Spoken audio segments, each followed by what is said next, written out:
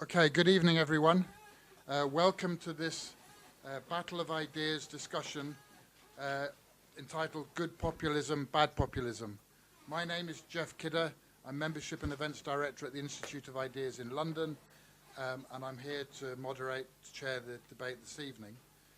If people don't know, the Battle of Ideas is an annual festival which takes place at the Barbican Centre in London every October, and also has debates throughout Europe on contemporary issues to do with politics, culture, and much else besides. And obviously today we're discussing populism here, and we're very grateful to Areti and the Free Thinking Zone for inviting us back. Just as a very short way of introduction, just to say that populism is obviously discussed very much in the news, in a whole number of different ways, but hopefully this evening we can begin to look at what it is and what it isn't, and why it's discussed in the way that it is. Everything from Brexit in the UK, to the independence movement in Catalonia, to Trump, to Hungary, to various things that may be happening in Greece, are all labelled as populism. But can all these different things have something in common, or even be the same idea, same phenomenon? And is populism a good thing or a bad thing? To many people, it's discussed negatively. Populism is a label, a bad label, shows there's something wrong with it. But having said that, populism in many ways could be seen as being popular. It's what people want. So what is the problem with that? So these and many other issues which people raise both on the panel and in the audience, we can discuss this evening. Each speaker will speak initially for about 5 minutes, and then we'll have discussion with the audience, amongst the panelists, and discussing a wide range of questions which arise.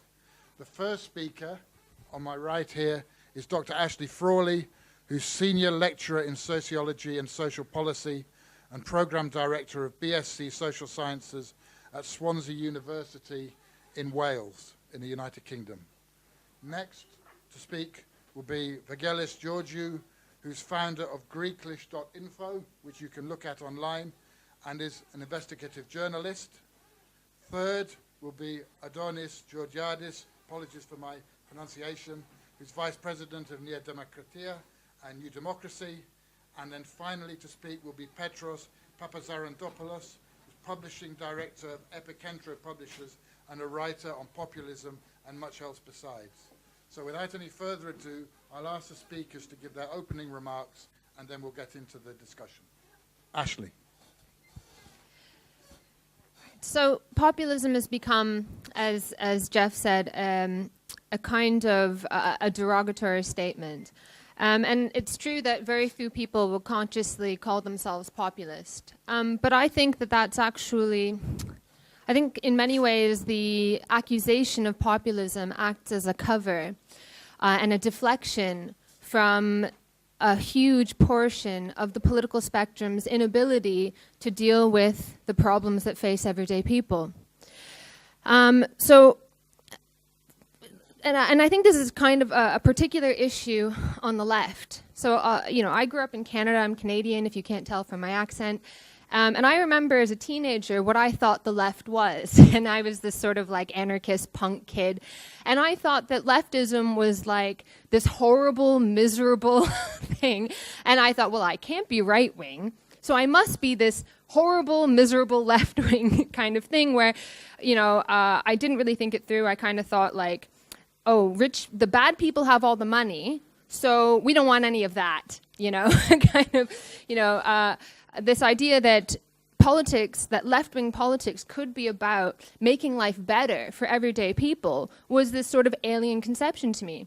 And actually, what made me a communist, what made me sort of think more deeply about what it means to be a leftist, was the discovery that leftism once was about making life better, that the idea that tomorrow could be much better than today, and that in real material ways, the lives of working class people could be much, much better and that the future could be really, really bright. And that was a huge surprise to me, because in the culture that I grew up in, it was sort of like the past was terrible, the future is much, much worse. So let's just try to maintain the present. Yeah, it's bad and everything, but, you know, a little bit of making people nicer over here, making people a little less racist, and utopia.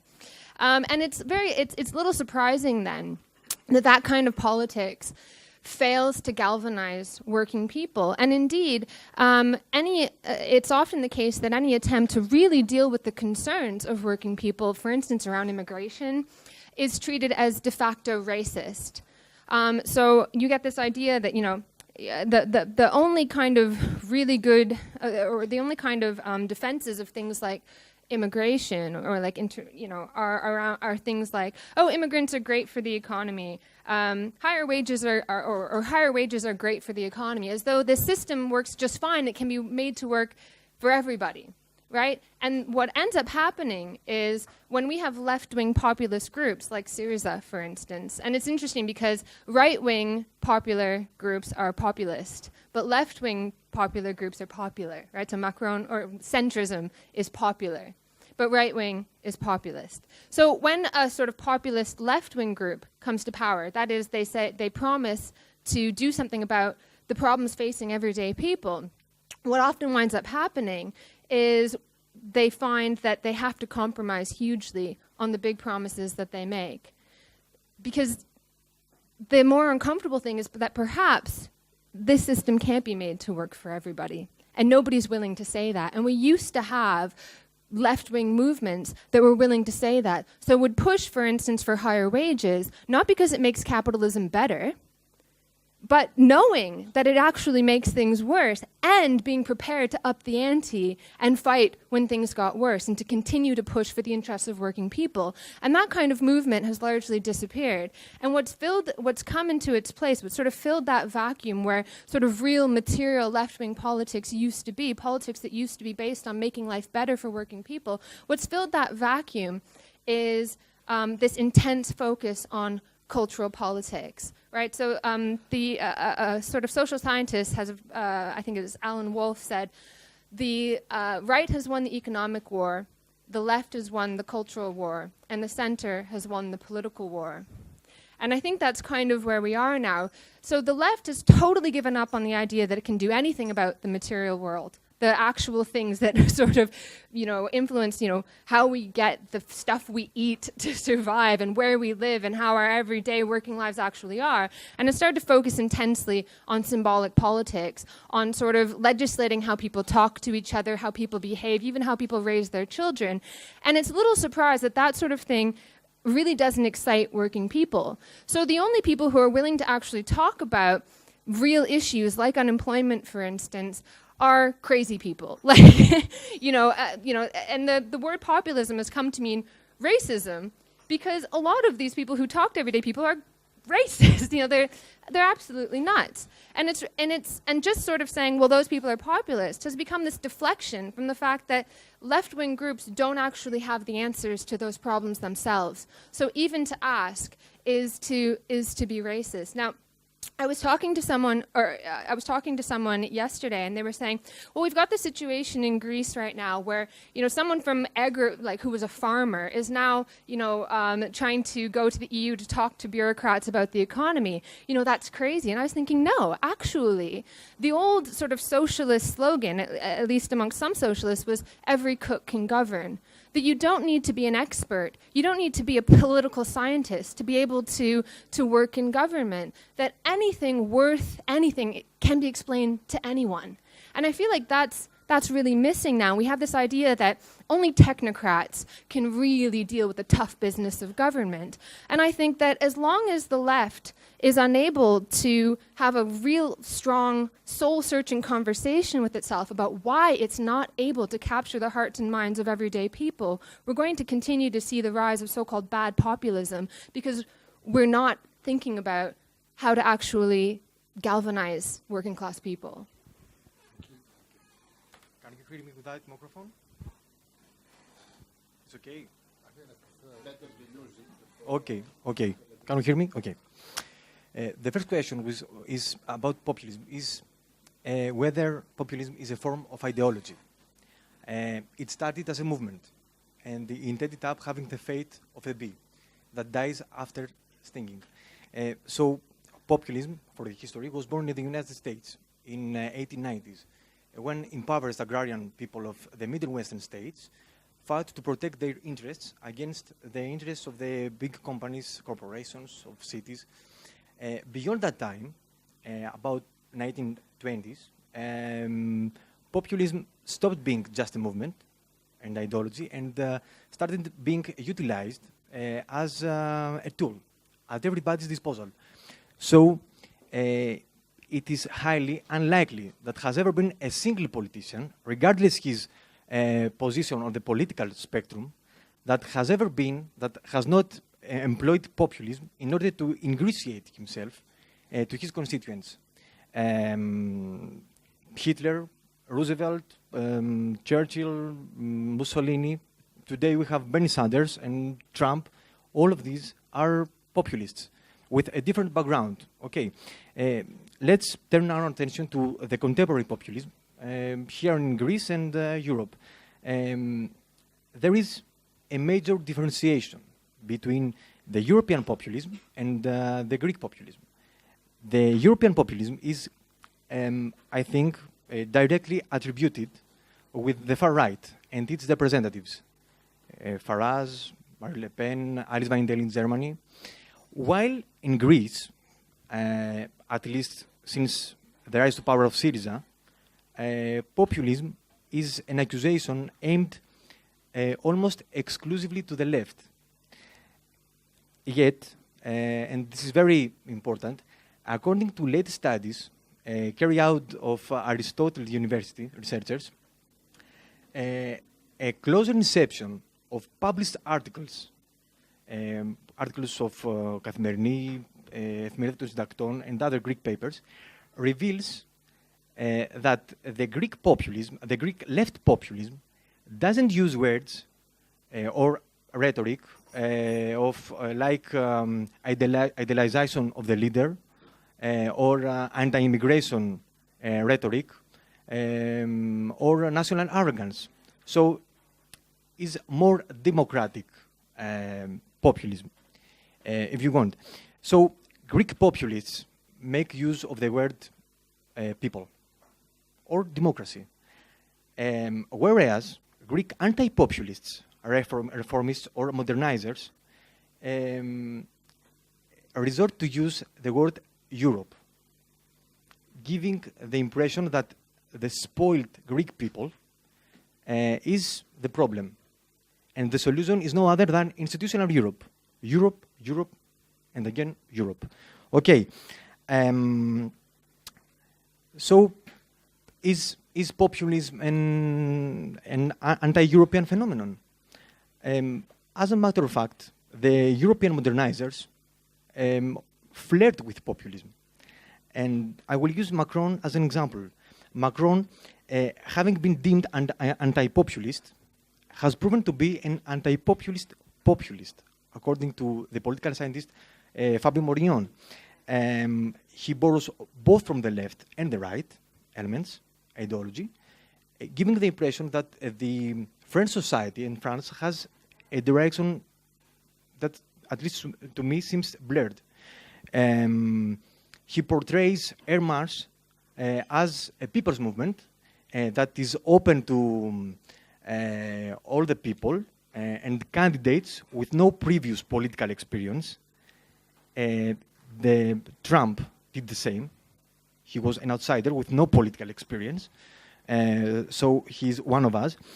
But it sounds to me a populist rhetoric. Elsewhere in Europe, in Netherlands, I remind you that the center-right party of Rutte had an alliance with Wilders, the far populist fascists.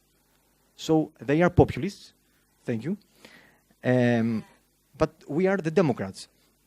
And Mark Rutte, I don't know if you heard him, after his victory, he described his electoral success as a victory over the wrong populism. So he's the right populist, and the Geertwieters is the wrong populist. Okay. So, 1 minute. Okay. Moving on from member states to the European institutions, is populism to be found there? Even the rhetoric of some institutions sometimes tends to adopt populist language. They emphatically highlight the dividing lines between the Europeans and the non-Europeans. Last year, the leader of Populist Party, Manfred Weber, spoke about the European and the common European identity, okay, at least for me, it's a populist thesis. So recently, the European Commission were incensed because they maintained that many producers and companies of West Europe sell products of inferior quality to Eastern Europeans. They drink beer of lower standards, the Eastern Europeans. So Juncker said that he cannot permit that, and this is a European issue. He's the commissioner of all the Europeans. Okay, I will continue later. Just a tip. Okay.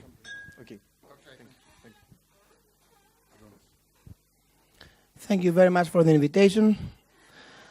The question is really tricky, and for me, I can say that I'm a good person to speak about it, especially because the half of the country considers me as a populist, and the other half of the country as a cynical politician and anti-populist. So I could speak for both sides. First of all, what is populism? I don't know if the world was born in the United States. Of course, in ancient Athenian democracy, populism was there. Aristotle, by the word demagogue, was talking about in his word, the famous word politics, about the biggest disease of democracy, which is demagogue, we say today, populism. And it was considered to be one of the biggest problem of the system, and Aristotle was trying to explain to his readers and his students how to prevent it in their democracy in order to save their democracy from destruction. Nowadays, I have to be very honest, and this is the reason I said yes to this discussion today. I have to be very honest. I think the accusation of populism is being used by political opponents in all cases as a drug for all cases to try to fight back your political opponents. I will give you an example. Angela Merkel had some ideas about dealing the immigration problem in Germany during 2015. After a big political pressure from her party and from her allies in the Deutschland parliament, Bundestag, she changed her politics in this matter. Many accused her from the left side. She was defeated by populism. To my view, no. Because a leader, a democratic elected leader, has always to respect people's views. If you don't respect people's views, you're not a good leader, you're a tyrant. That's why we love democracy, because at the end, the people will decide about their life. So, when a politician makes wrong decision and changes his decision because he has to hear what his people is really want about and wish about, this is not populism. This is reality, and this is democracy. From the other hand, we live in a country that one of the greatest populists of recent times is elected Prime Minister. And why I say he's a populist? Because he promised to the people things that he knew that they couldn't happen. For example, that he would go and blackmail the European by Brexit and take all Europeans' money for free. This was something that everybody with just logic could understand that it was a lie. But he was using the economic pressure that the people was feeling about after our bankruptcy, in order to take over power with huge immorality, with any hesitation, knowing that he was a liar, but just wanted to take power. This is pure populism, because he knew when he was saying these things that these things could never happen, and they were good only for collecting votes. So we have to find the balance. I heard before, Europe Populist Party, Mr. Weber. No, Mr. Weber is not from Europe Populist Party, he's from Europe People's Party. Mr. Weber is a very serious guy, and he's not populist at all. Mr. Moscovici today, he made a very populist declaration. He said, we have to stop having any relationship with tax paradise places because of the Paradise Papers. This big issue that has happened. But everybody understands that in the capitalism and the free market economy, this cannot happen. Mr. Moscovici was saying with Mr. Hollande the same thing in France. They made the taxation of the rich French people in 90%, and all the wealthy French people exit to London, and they bought houses to London, and for 4 years they were trying to take them back to France. This is pure populism. When you say something, just because you think it's good in the ears, but it's wrong in the real world. And when you do that and you know it's wrong, this is populism and a lie. So we cannot accuse any politician that hear people's voice that he is populist, because if we do that, we will be an elite. Yes, we will be an elite. And in many cases, when the political systems start to think themselves that they are an elite, that they know everything, and the people know nothing, at the end the people give life to a new political position, and they kick out the elite. That's why we love democracy, because the people, they can do something like that. So the elite, they must always remember that they have this position and they have this power because they hear, and they are there to implement what people want to happen, not only what they want to happen. And if they think that in some places people is wrong, they have to be very brave and explain to the people why this is wrong.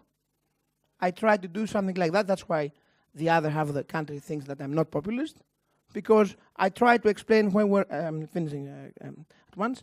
When we were bankrupt in 2010, I stood up in the TV and I said, there is no other way. We have to cut pensions and we have to do reforms. For 2 or 3 years, I was the most hated politician in the country. Now I'm in a little better shape.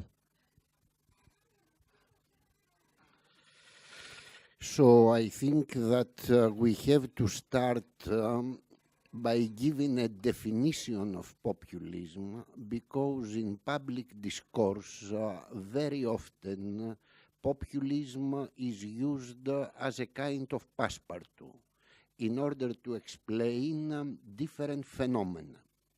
So if we want to give a concise definition of populism, I have to say that this has been given by Casmud, one of the best scholars on populism, who is saying the following.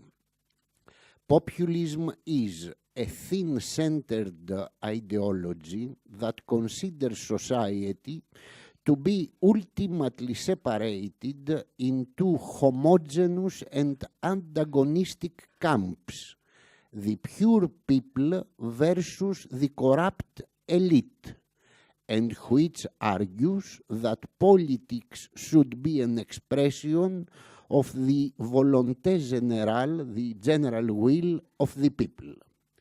The key concept of this definition is the thin-centered ideology, which means that populism as such cannot exist. Populism is always looking for a more robust ideology in order to be attached. For that reason, populism has a chameleonic nature. It can be either left or right. Historically speaking, it has been mainly right in Europe, whereas it's mainly left in Latin America. But contemporary, we have left populism in Europe as well, mainly in Greece with Syriza, and in Spain with Podemos. Populist parties in many European countries have seen a notable rise recent years. Although, and I have to underline it, it is an exaggeration to speak about a populist storm, as many mainstream media are doing. Given that rise, some politicians, scholars, and journalists have invented the term good populism as opposed to the bad populism. There is a dual source of this terminology. First source is coming from mainstream political parties, either left or right, which are adopting the agenda or part of the agenda of populist parties. There are a lot of cases, with the most recent ones, the cases of German and Austrian elections, which have thrown, as Mude says, the European political establishment, including journalists, back into a self-defeating narrative of, if you can't beat them, join them. In other words, to adopt their agenda.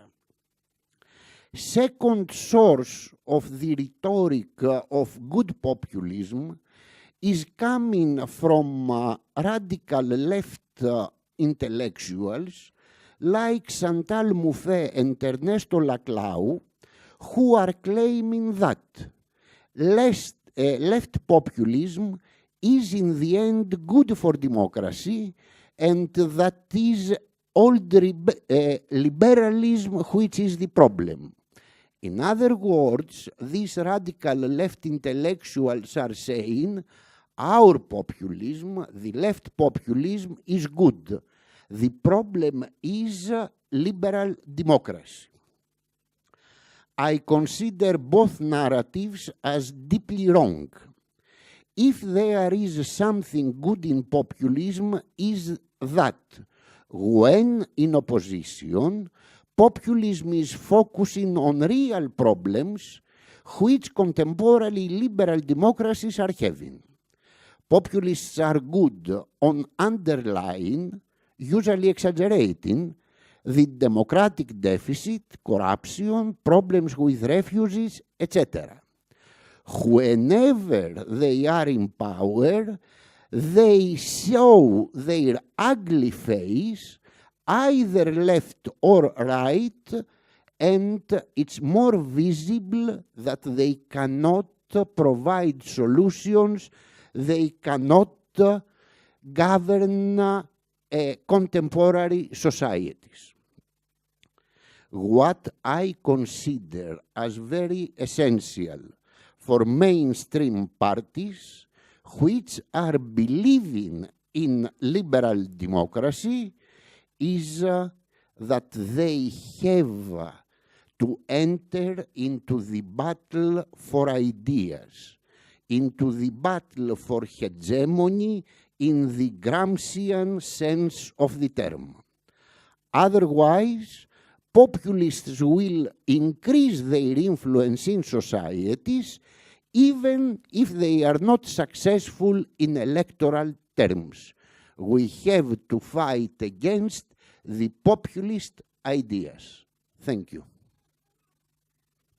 Okay, can we just thank the panelists for their initial opening remarks, and now we'll move on. Can I just ask, there's a wide range of different views being expressed so far. Does anybody from the audience have an immediate question or point that they'd like to ask from what's already been said? Otherwise, I'll ask the panelists to comment on what each other has said.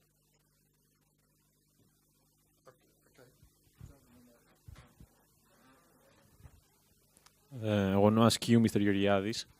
You said yourself you're perceived as a populist, and that led to you being hated and by a big chunk of Greece still being hated.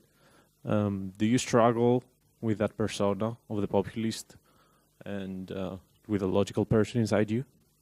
Do you use it as a tool? How do you cope with that? Can I just take one or two or three? Okay.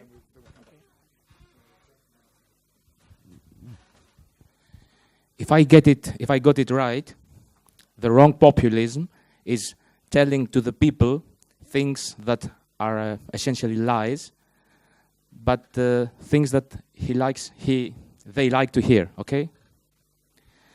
So is populism an essential element of modern democracies? Because which prime minister would be brave enough to say to his people that our country is weak, our country cannot be free, elections are just for showing off, they have no meaning, it's just our tradition?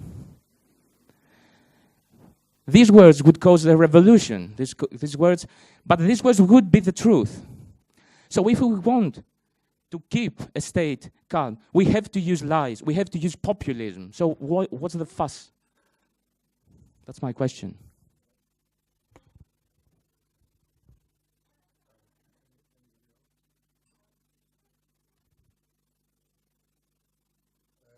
Can I ask one question as well, which is, this populism, in as much as it exists, do people think on the panel that it comes from the you mentioned Nigel Farage in England.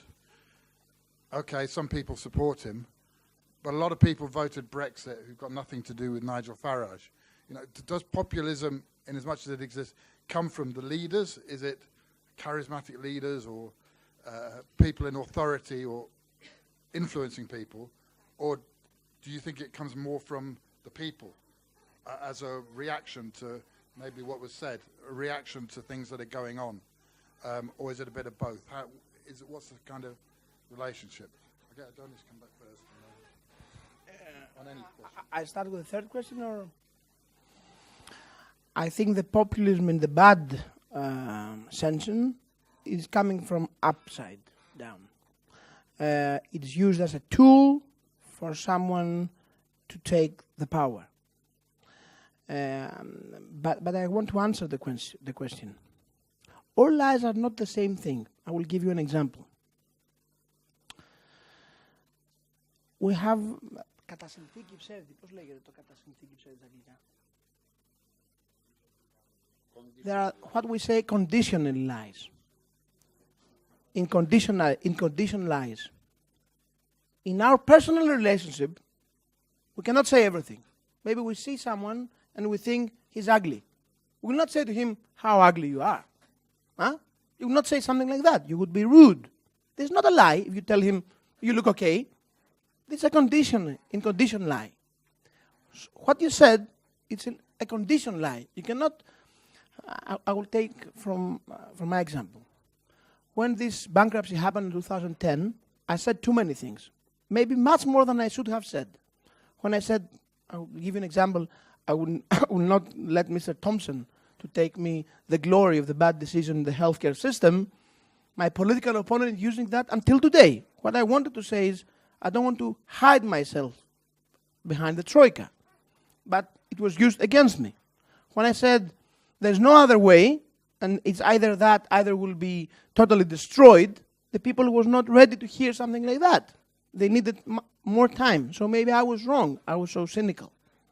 So sometimes you have to tell some lies, in condition lies, in order to make the people understand. Populism is not that thing.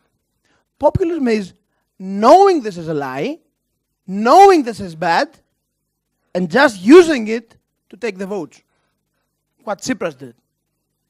This is pure populism. Because he was saying things that he knew that they couldn't happen. What Mr. Varoufakis wrote in his book, when Mr. Tsipras told his story in the Thessaloniki program, and then he called Mr. Varoufakis told him, what bullshit you said in Thessaloniki. And he said, don't care about it. This is only for the people to cheat them and take the votes. So it's written in Varoufakis' book. So this is poor populism. What you said, it's a different thing. How I can deal with it was a question. How I use populism or how I'm struggling against the people that are accusing me. Well, it's more how you compare the logical person saying and the perception that you're Very difficult to use it and very difficult to deal with it. In my case, it's much more difficult because, as you know, I'm very exposed to media. I am personally very exposed to social media. I can make many stupid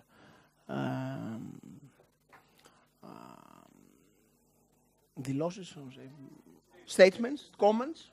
So I can give many tools to my opponents to fight me back. But I always try to explain to the people, and at the end, what I can see in my case, at the end, much more people understand. In the beginning, they don't. But after some time, when you explain, people start hearing you. So you can fight populism, yes.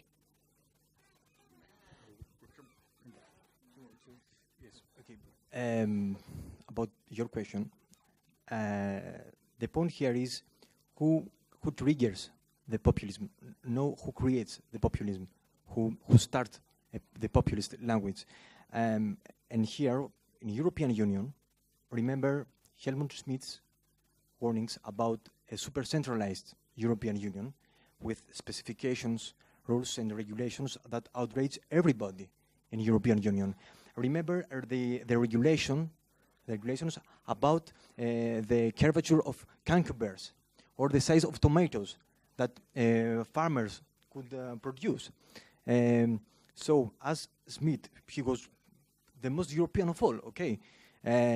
He warned that these regulations are the bread and butter for fascists and populists in European Union, and do not expect from a Greek farmer or a French farmer to share the same commitments to European Union with an academic or an employee in Brussels or a technocrat in Brussels. I don't know if you see the last Eurobarometer about the public opinion and about the European Union.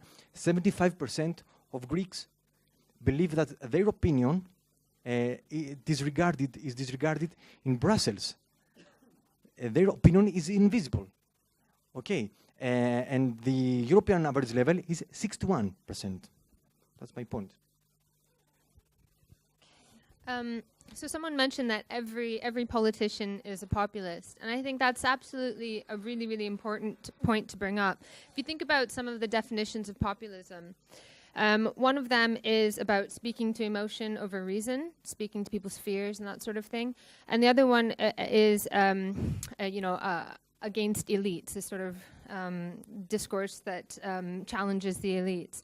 Now, across the political spectrum, policymakers have a tendency to speak to emotion, and in fact, to say that you should speak to people rationally is often perceived as not going to work because people aren't convinced. That's the idea. We can't convince anybody anyway.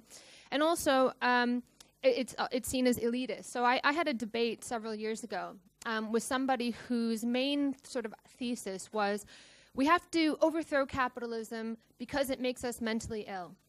And I said, and that's really an argument that people on the left make. And I said, well, first of all, if it makes us mentally ill, then, you don't need to overthrow the entire social system. In fact, such fragile people are ill-equipped to do so. Just give people drugs, right?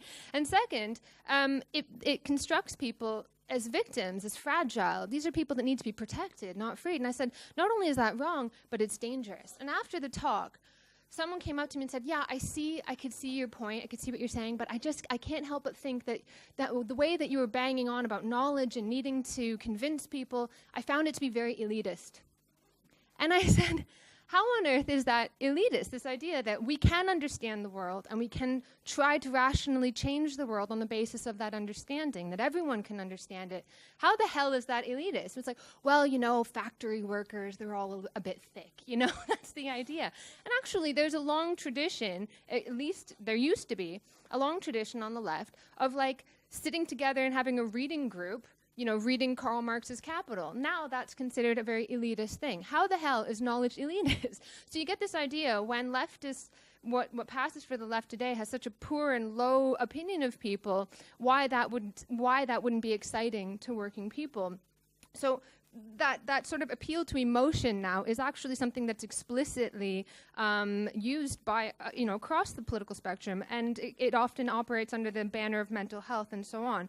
But the second part, which is against elites, a movement against elites, well, I think across the political spectrum, people scapegoating is something that is frequently used. So we had the 99% against the 1%, right? Does anybody know when we talk, everybody's united against their hatred for elites, but nobody's quite sure who the elites are. So you have Donald Trump, for example, saying that he's like against the elites, a sort of like billionaire, that sort of thing. And so, and we also sort of scapegoat like people's lifestyles, parenting, that sort of thing. And the common denominator is that nobody is thinking about broader structures of society, having totally given up on the ability to have a totalizing narrative, a narrative that can fully understand the world. We've started to look deeper and deeper within individuals for solutions, and therefore the solutions are about bad people and their bad behaviors. And if we could just make them act nicer, then there wouldn't be a problem. And you see that on the left, this idea of like evil bankers, and you see that on the right with like quasi-Jewish conspiracy, the sort of conspiratorial thinking that animates people. And there isn't anything that that challenges that in a real sort of rational way that says, yeah, we can understand the world. And I think just one last point that someone said, these words could cause a revolution. If you told the truth, people would revolt. I think that's absolutely right. And the reason why, I think that's part of the reason why bureaucrats love to use obscurantist language. They like to say, no, these issues are all very, very complicated. They're too complicated for everyday people to understand. And first of all, anything worth knowing can be explained to anyone. The only times that I give terrible lectures to my students is when I'm forced to give a lecture I don't really know anything about. And what do? I say, well, it's all very complicated, but the take-home message is such and such. I don't really understand it myself. So we're kind of assuming that by saying that like technocrats can understand the world, we're actually assuming that they do understand the world. They don't. They don't understand it any better than anybody else. Nobody understands how capitalist society works or the economy works. Nobody's like sort of a puppet master pulling the strings kind of thing. And that's why they call it populist, this attempt to speak in everyday people's language, because it basically says, it forces people to be honest and try to explain things in a way that everyone can understand. I think that it is a mistake if we consider populist lies or populist demagogy as the main characteristics of populism. Returning to Moody's definition, the main characteristic of a populist discourse is the idea that in societies there are the good guys and the bad guys, that our complex and so difficult to be understood societies can be termed as the pure people and the corrupt elite. The pure people are by definition the good ones, they are 99%, and the bad people are the corrupted elites, the 1%. From that perspective, Tsipras declaring that at these elections the problem is either us or them. Either we finish them or they finish us. Introduced in Greek public discourse this Manichaeistic perception of the world.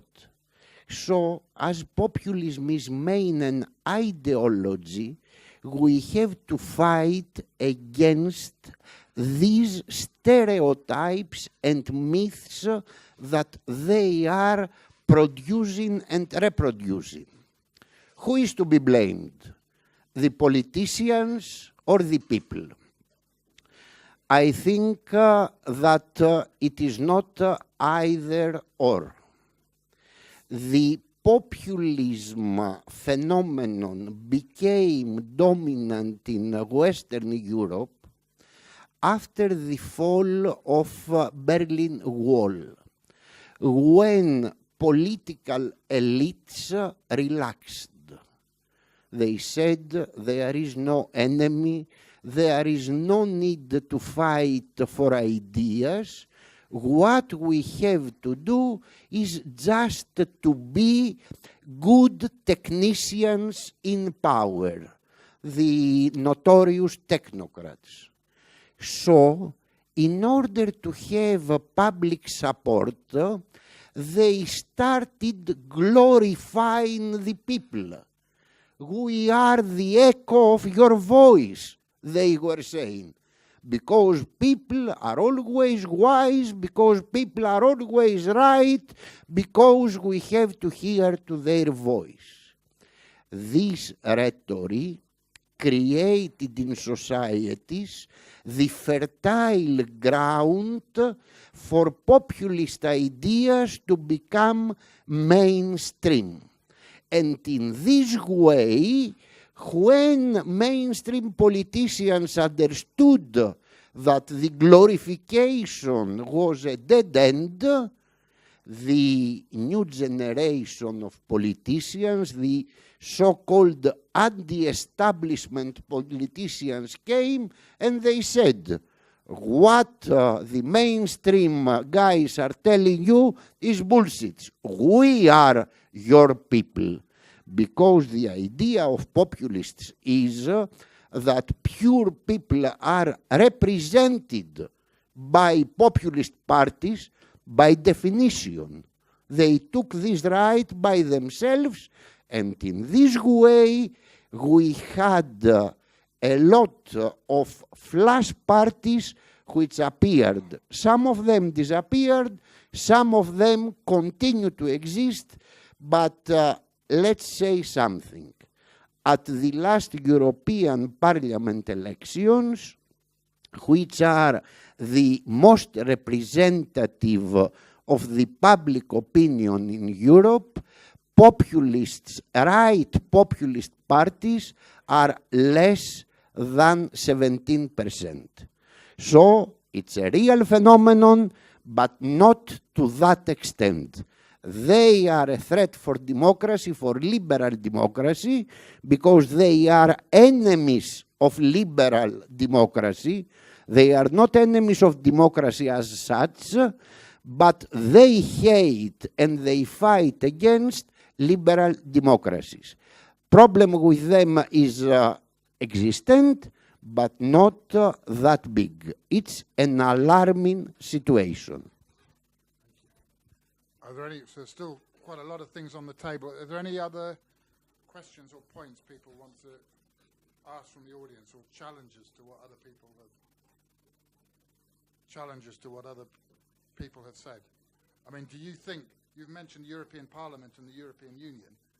I mean, there's an argument, certainly in the UK, that it was a reaction to the European Union which explained what you might call populism in the UK, and you could argue that in other countries now, in Central Europe, people are saying they're being told how to behave, and people don't like that. So where's the right or wrong in that? Because you might not like the organisations that exist, but you can understand why they come about. I will give an example of populism in the Brexit campaign. I remember they were saying for days that if they would Brexit, they would save a big amount of million from the healthcare system because they were contributed a lot of money to the European Union. This was a total lie. Everybody knew that the contribution that the United Kingdom had was totally neutral. After the Brexit vote, the people that had campaigned for the Brexit, they said, okay, maybe we were a little bit more let's say, exaggerating about the figures, and they were not exactly like that. This is populism. You know you are a liar, you understand that this would give you votes, and you use it with any moral standard just because you want the votes. Do you think that that is different? That in a way, you use the example of Tsipras as well. Some people would say all politicians exaggerate or whatever. Is there something particular? Okay, I cannot say that when you talk about politics or you have a campaign, you're saying the total truth for everything. It's difficult to explain everything, to be honest, and sometimes it's very bad for the elections. But from not saying the whole truth by saying total lies, it's a big distance.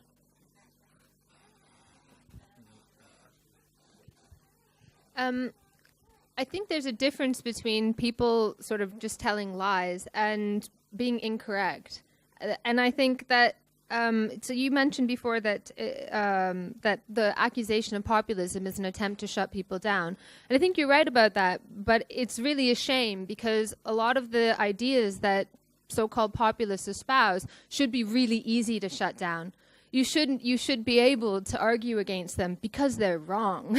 A lot of them are conspiratorial sort of ideas, scapegoating, that sort of thing. And I think what's really frustrating is that instead of arguing with people with really bad ideas, you just call them populists and racist and just forget about it. And in the UK, there's this huge movement to like no platform people, as though you could just like ban bad ideas out of existence. And it's so awful because you get this idea that I'm not going to dignify that with a response can be read as I don't have a response. And that's really bad. You know, we should be able to argue with people who've got really bad ideas. You know, these ideas that are sort of branded, oh, that's populist, these populist groups, oh, it's just a show of how racist society has become. Well, you should be able to explain why that is incorrect, and it should be pretty easy. For me, populism is not lying. Doesn't mean lack of accountability. Okay, Roosevelt was a very successful politician. He was very, very populist. He talked about the tyranny of the big corporations to protect the American citizen. So he implemented great policy, and he made it. He was very successful, but he was a populist. So it doesn't mean lying. For me, I don't care if a politician is populist. I don't care if you are a politician. If you are a good politician, I don't know if you screaming or say something about the people. Okay, I want to have accountability to implement your ideas, your agenda. Please. Okay, just after Petros, are there any other questions or points from the audience? Be very good to hear that. I think that Brexit is a clear case which proves the very serious responsibilities of mainstream parties in introducing in public discourse populist rhetoric. For more than 30 years, conservatives in England, including mainstream media, were accusing European Union for everything. Every week there was a headline in the press saying these bloody bureaucrats are spending in vain our contribution, they are doing this, they are doing that. And the moment that they decided to ask for a referendum, they changed and they said, forget what we were arguing all these years, now we are telling you that European Union is good. At that moment, the real populists like Farage and Johnson appeared and they said, okay, here we are, dignity, independence, we will have a lot of funds to be economized, etc., etc. So mainstream parties created the fertile ground and the results went to populist parties. To sum up, in my opinion, there are three phases of populism: the good, the bad, and the ugly. The good is when they are focusing on real problems of liberal societies. The bad is solutions that they are suggesting, and the ugly is when they are in power. Especially in Greece, we have seen this movie many times during these last 2 years, and unfortunately, this bloody movie continues. Okay. Are there any questions or points from the floor? Anything you'd like clarified about any country? Mr. Papasaradopoulos said. It's a good point that you mentioned the conditions and the gentleman points the trigger, because you do need both, in fact, to start the ignition. Conditions must be there, and then just need the trigger to make the whole effect going. What you mentioned before in the first entry, you said something about the Gramscian sense of battle of ideas. In fact, this was what was lacking in Greece all these years, especially from New Democracy that simply followed the populism assault, years, decades in power. Okay, so in Greece, I think the condition is that it started before the fall of the Berlin Wall. Yeah, we are exceptional. Yeah, In theory, everybody says that Greek populism, which has started with Andreas Papandreou, is the early stage of the European populism, which has not been studied thoroughly in academic terms yet. And I've got one question to all the panelists. What are the responsibilities of the voter at the end of the day? Okay, good question. Any other questions or points from the floor?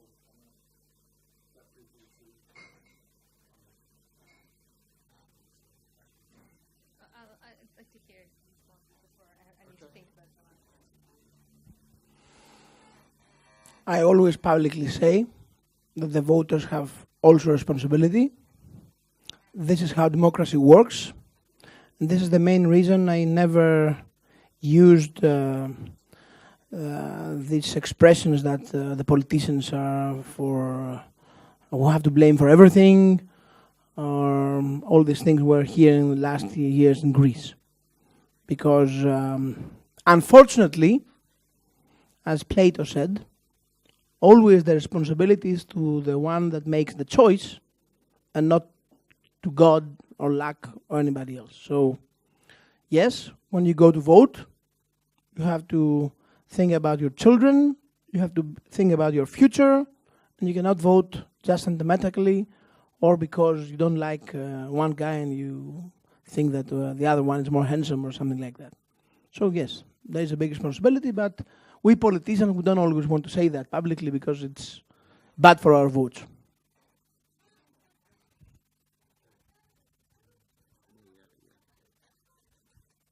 I want very briefly to tell you a short story.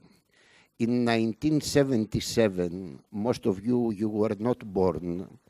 At that time, I was young and I was member of the Euro-Communist Party, Coucou Esoterikou.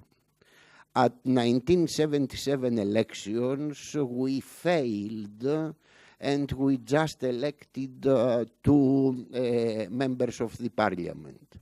So the then Secretary General of the party said, okay, the result is not good, but people have the right to be wrong.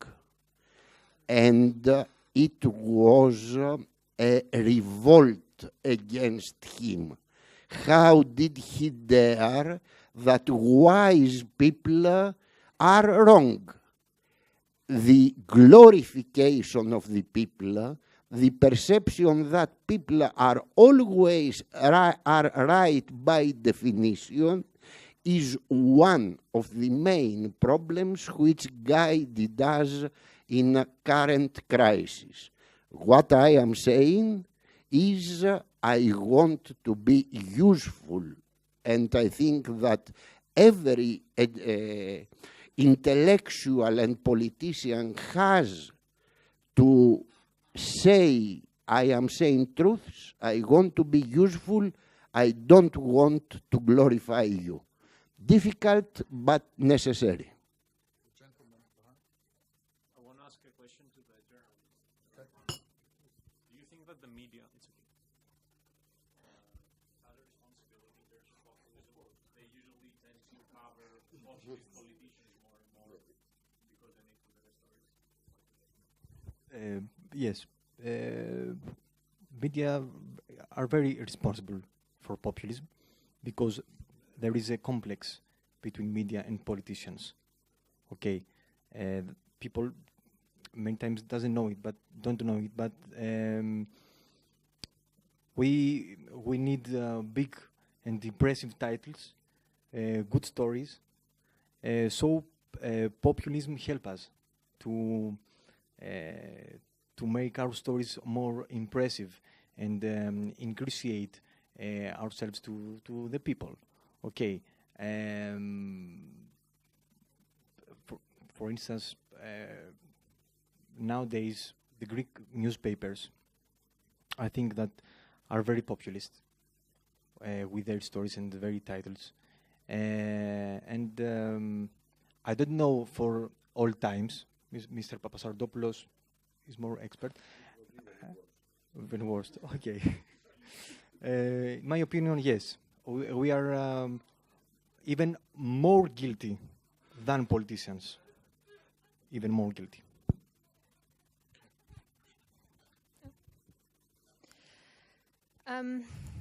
So the question about what responsibility do voters have? Obviously, in a democratic society, it's the will of the people is ultimately what matters. But you can't just sort of say, it's absolutely true that sometimes people can get it wrong.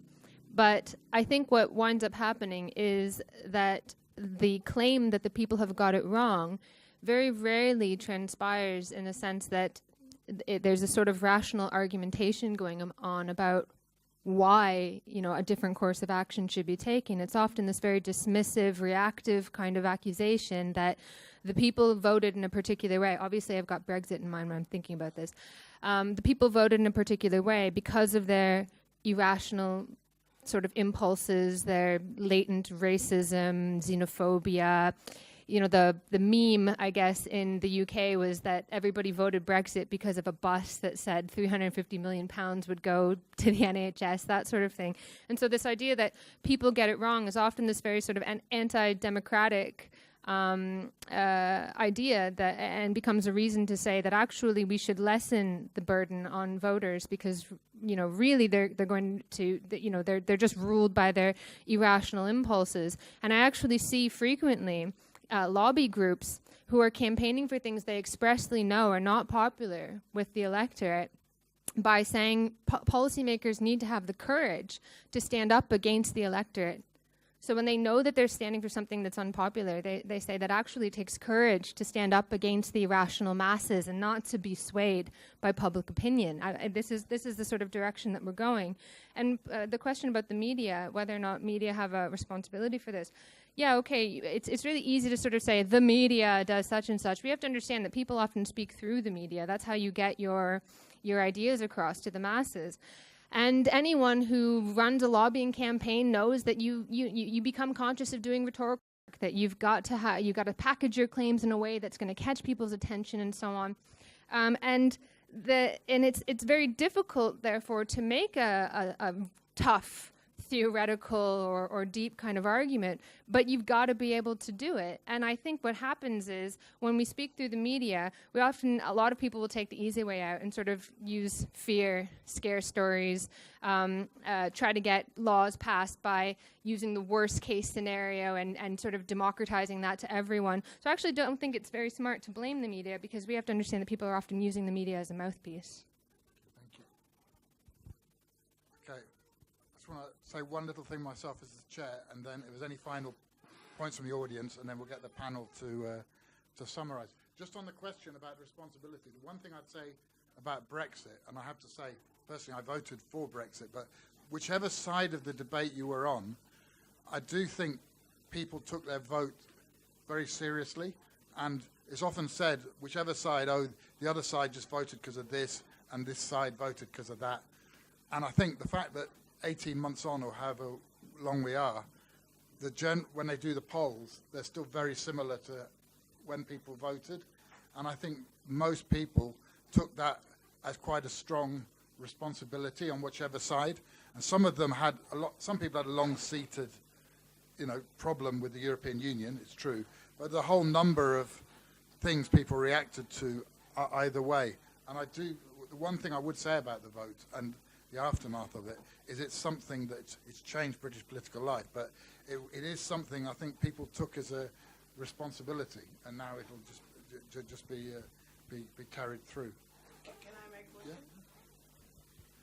Yeah. After you saw now that Brexit was not so easy as it was told, that it will cost you billions of pounds, and it might exclude you from the whole market of the European Union, have you maybe have second thoughts about your voting, or you think, I don't want to, I want to understand if there would be a chance that would be a second referendum in Great Britain and UK that would change this voting. For me, as a politician, was the most stupid vote any nation has done.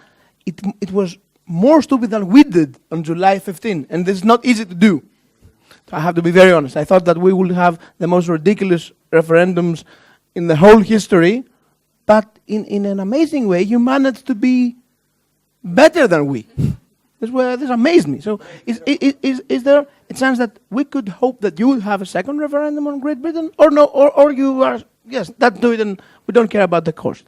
Well, you're asking me, I would just say other people can say, but I would say, there's things going on with the politicians, and I think it's unlikely there'll be a second referendum, because the first one has been decided and something will happen. I think that's unlikely.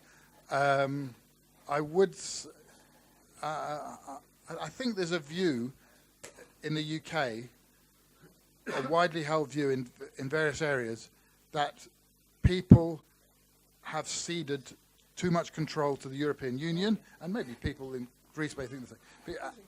And people have ceded its sovereignty, and it takes the form of debate over immigration, or debate over fishing, or debate over whatever. But it's the aspiration to regain sovereignty, and I think that's quite a strong view. But it was a very close vote, and we'll see what happened. And personally, I think quite a lot of people would be prepared for a certain amount of sacrifice to do it. That's what I think. So but I don't. Speaking personally, Speaking personally, I would say that I can't speak for. We have a democracy, and I have one vote, so that's what I think. And then yes. Mr. Georgiadis, that you said about the second referendum. Actually, this triggers populism, the negative populism. This is the bread and butter for Neil Farage. People of Britain voted. We must accept it and honor their vote. Okay, so we don't have the right to go to people to tell them, okay. No, you can make a mistake in politics, and you have to if you understand it's a mistake, you can reverse it. In any case in life, how can you reverse it? People voted. People voted, but they thought it was for free. It will cost them only for the legislation. I was in the House of Commons, and they explained me, my colleagues from Tory's party, that until 2020 they will have to pay just to lawyers in order to make the new legislation £2 billion. The people hadn't understood in Great Britain that this will change their life to the worse. Really, Mr. Farage and Mr. Johnson, they said to them it will be a very easy procedure, everything is easy, they will have a better future, they will be able to go to the European Union, nobody will hurt them. But now, Mr. Farage is gone, vanished, and Mr. Johnson speaks or not speak about that. So I think if the people understand that they were misleaded, that they were cheated, of course they can change their vote. It has happened before, in many cases. Just in our country, the people voted no, but Tsipras voted at the end yes. And then we had elections, and the people that had voted no voted as a Prime Minister Tsipras, who had voted at the end yes. Okay, so Everything can happen in politics. The biggest thing is avoid the disaster. okay, so And Great Britain is going to a disaster. no, Really? you exaggerate. My opinion. Really, that's my opinion. Really, a disaster. Okay. Well, I think that. I add one more. Because all this conversation, if we have to say we accept because it's the majority rule in liberal democracies, but we have the right to criticize.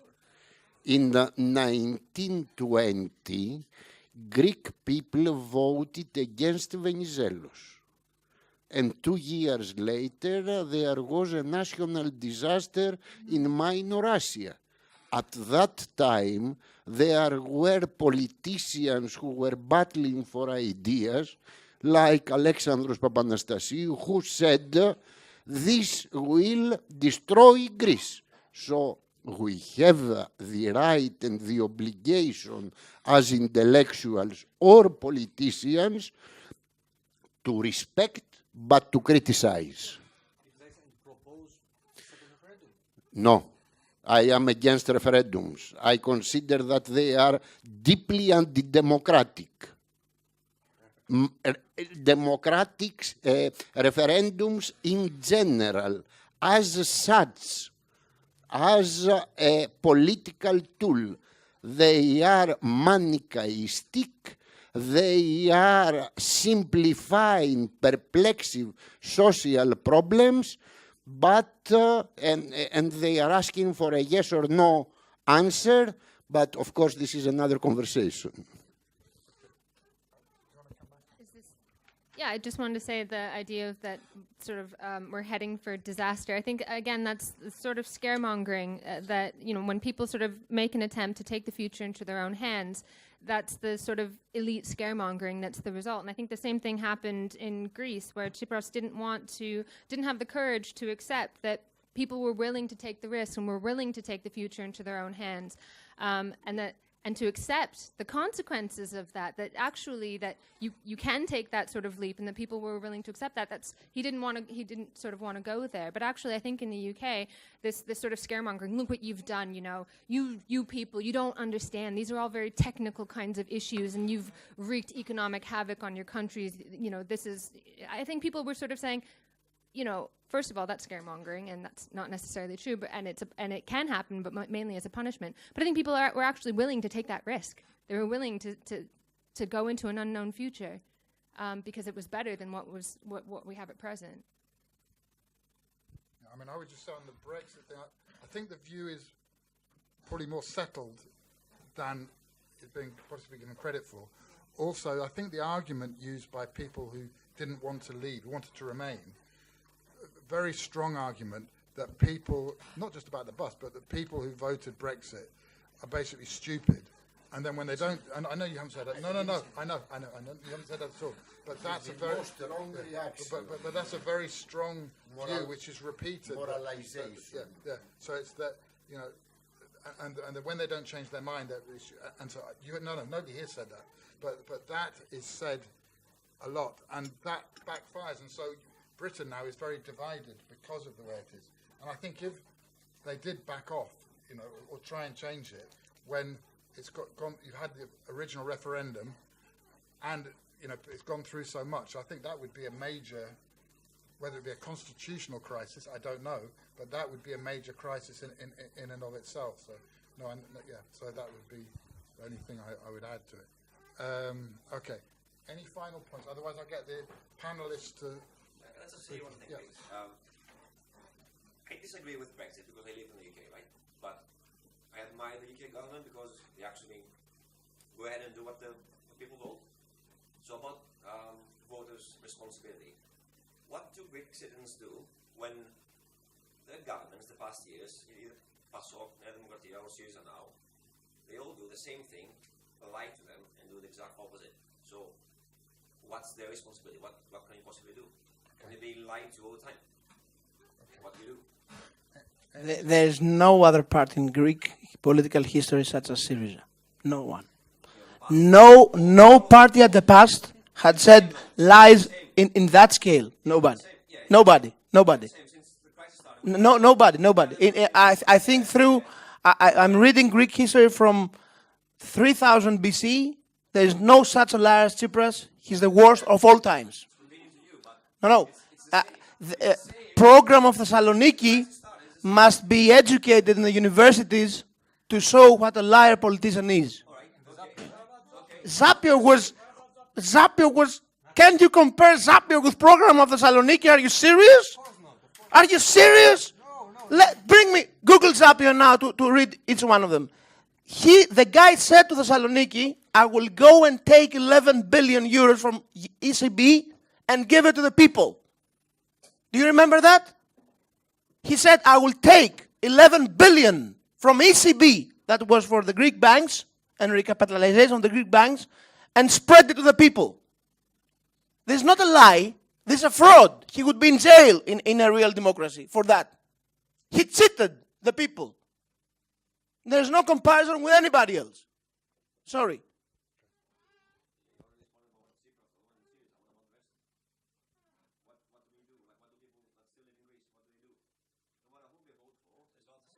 Okay.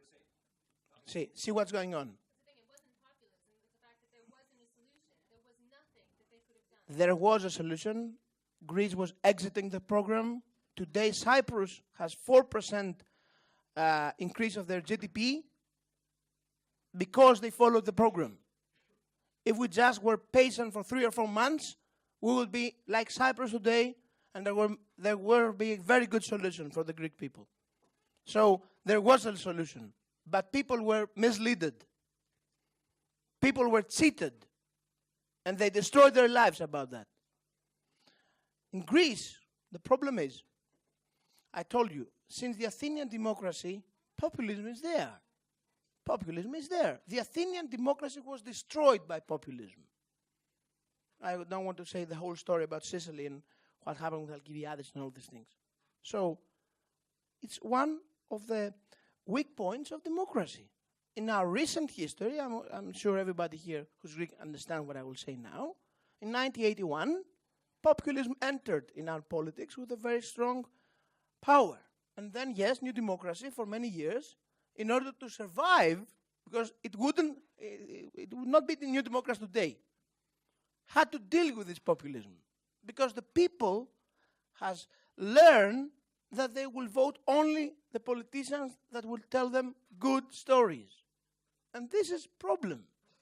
Understand, it's difficult to explain to the people that not everything is good and not all decisions are easy. But this is our responsibility as politicians to explain. You've got to take a pay cut so that German and French bankers don't lose everything. You got to tell people the truth, that things are going to be hard so that, other people don't suffer. This is a good story that I hear. But it wasn't the German or the French bankers that bankrupted Greece. Maybe the German and French bankers pushed Angela Merkel to give us the first program in order to avoid their bankruptcy. But they didn't bankrupt Greece. Greece was bankrupt because we were spending every year much more money than we had. This was the reason we were bankrupt.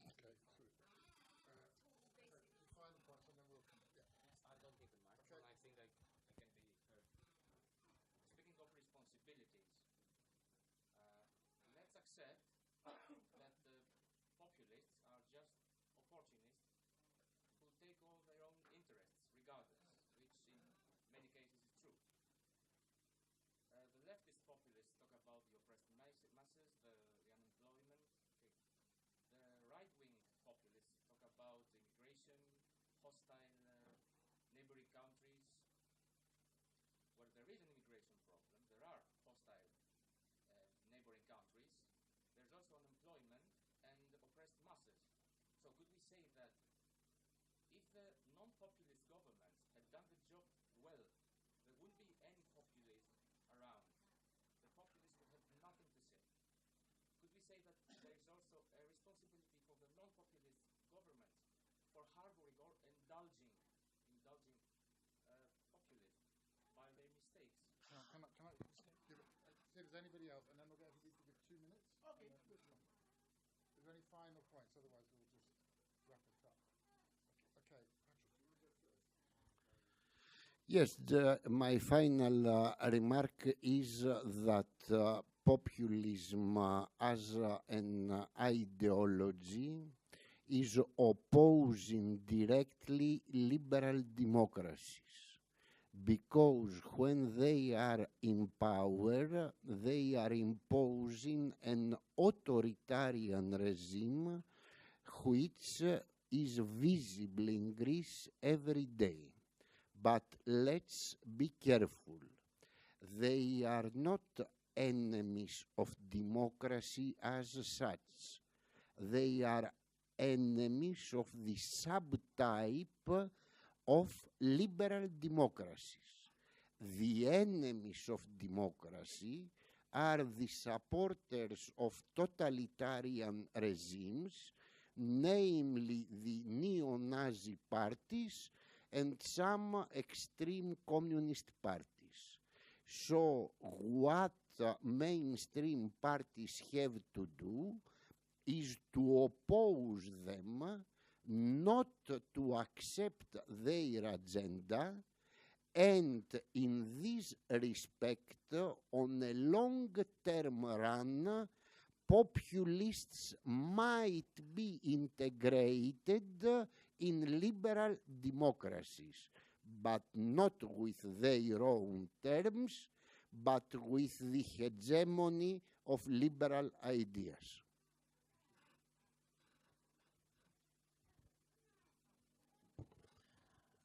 First of all, in the question, I'm not sure that's exactly like that. I will give you an example. UK's economy was in a very good shape. If you ask my opinion, David Cameron was a good Prime Minister. So it was in a very good shape. But at the end, populism prevailed. In the United States, I was 1 year ago, before the elections, Michael Dukakis was here, and he gave a speech in Grand Britain, and he explained why he was sure that Hillary Clinton will win, because the United States was in a fantastic shape, as he was saying. Stock market was high, the unemployment was very low, the income was increasing, everybody was happy, and then Hillary Clinton lost. So I'm not sure. Yes. You mentioned United Kingdom and United States. Yes. The people in the United States, I do not agree with the people in the United States, but they felt humiliated by various external affair incidents, like the assassination of American president in Benghazi, like the thwarting of United States invasion in Syria after Putin's disagreement, and the invasion of Russia's invasion in Ukraine.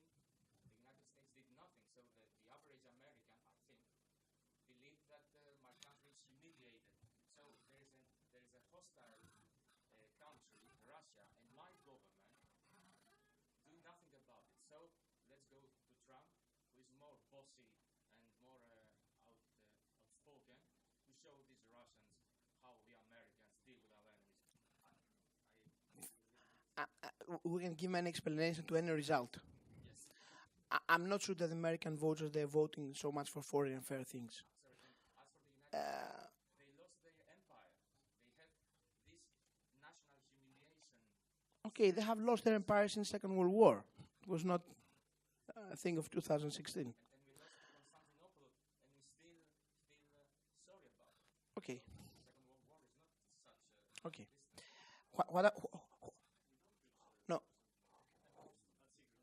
What I was saying is you can have a very good shape of the society, but populism can be there.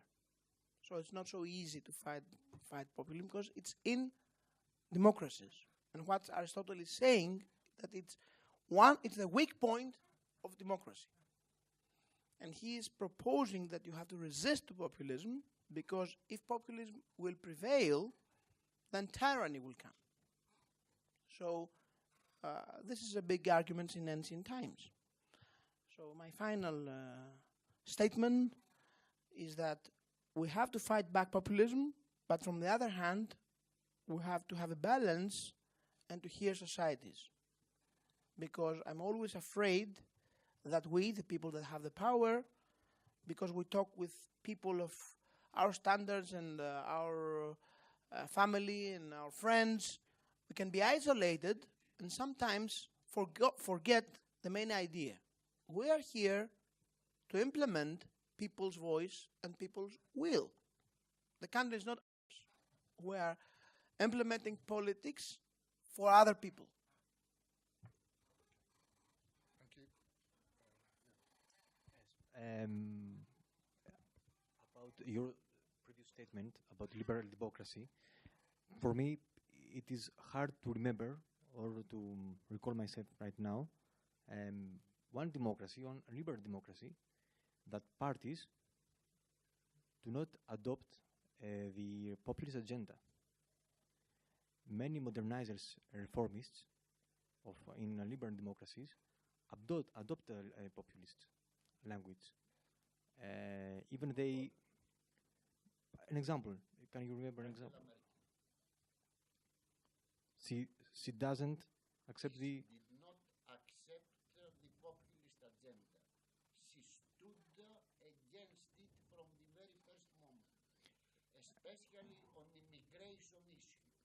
And okay, and we saw the her percentage in elections. Yes. Okay. Politics is about long terms. It's not just one election. She doesn't have another term. It was the last term. Her party has. And we will see later. Okay. I think the accusation of populism has become an excuse to write off the concerns of everyday people and to say that politics is really this very difficult thing that only, political scientists and economists and so on can deal with. And it's become an invitation to technocracy. And this is not true. And I think that often the sort of accusation of populism is an excuse to depoliticize issues, issues that affect everyone's lives. That is depoliticizing things like economics, about decisions like whether or not to leave the EU. These are sort of portrayed as the sorts of decisions that only, very learned sort of people can make. But actually, no. Everyday people can, rationally decide a course of action, and even if it's radical, can accept the consequences or accept whatever comes because they are willing to take that risk and make that jump.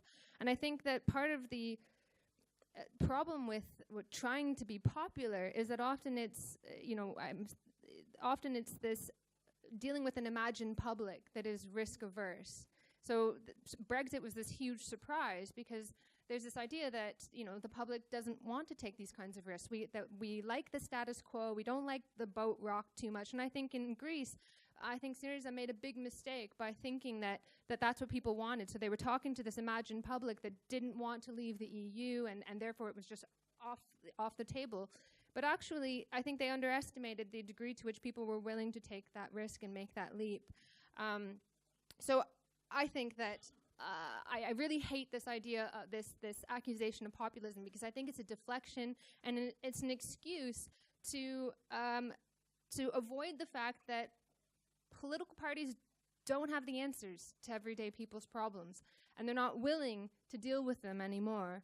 And I think that is the serious part. I think that policymakers need to do some soul searching, and instead of saying, for example, Donald Trump as a populist and spoke to people's emotions and just the worst aspects of people and so on, they need to do some soul searching, think about why their own ideas fail to excite people and fail to capture people's hearts and minds and offer real solutions to real problems.